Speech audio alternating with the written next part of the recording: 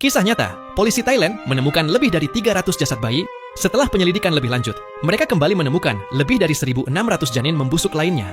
Yang lebih mengejutkan, penyebab semua tragedi ini ternyata adalah para ibu mereka sendiri.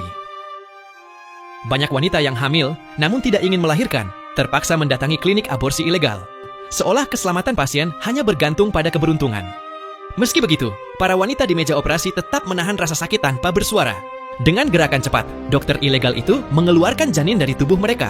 Setelah jumlahnya banyak, jasad-jasad bayi itu dikemas dalam plastik, lalu diam-diam dikirim ke pengurus kuil untuk dibuang. Suatu hari, seorang gadis mengalami pendarahan hebat saat operasi. Dokter ilegal itu panik, lalu meninggalkannya begitu saja. Beberapa hari kemudian, polisi menemukan mayatnya. Seorang reporter bernama Dawe datang meliput kasus tersebut.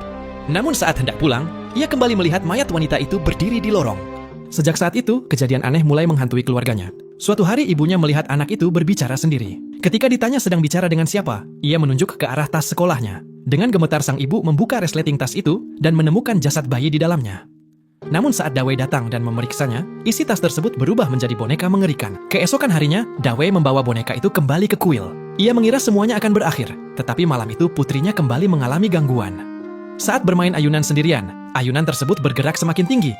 Dawe segera membawa anaknya masuk ke rumah. Saat sedang melakukan panggilan video dengan rekannya, temannya tiba-tiba berkata, "Anakmu lengket sekali ya." Dawe langsung ketakutan, karena putrinya sebenarnya sedang tertidur di kamar. Malam itu ia memasang kamera di rumah. Keesokan paginya, rekaman menunjukkan sosok hitam merayap dengan posisi tubuh yang menyeramkan sambil terus memanggil adik. Tak lama kemudian, sang anak duduk di balkon sambil melambaikan tangan ke bawah. Ia berkata bahwa adiknya memintanya melompat untuk menemaninya. Di sisi lain, dokter ilegal yang dulu melakukan aborsi mulai diteror suara tangisan bayi. Kekuatan tak terlihat menyeretnya ke meja operasi, hingga ia menusukkan gunting ke tubuhnya sendiri karena ketakutan.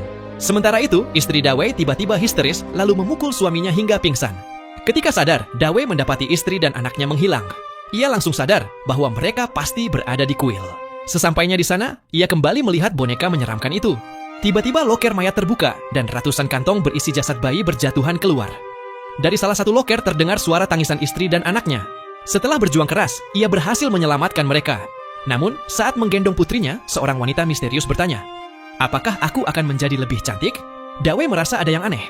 Ketika menoleh kembali, anak yang ada di pelukannya berubah menjadi jasad bayi berlumuran darah. Lantai kuil mendadak berubah menjadi genangan air hitam. Ribuan jasad bayi muncul dari dalamnya dan menarik Dawe ke dasar. Di ambang kematian, Dawe akhirnya teringat dosa masa lalunya. Arwah bayi yang dibunuh itu akhirnya berubah menjadi roh pendendam dan datang menuntut balas kepada ayahnya. Setelah rahasia kuil terbongkar, dokter ilegal itu akhirnya ditangkap polisi. Pada akhirnya, semua orang yang terlibat harus menerima akibat mengerikan dari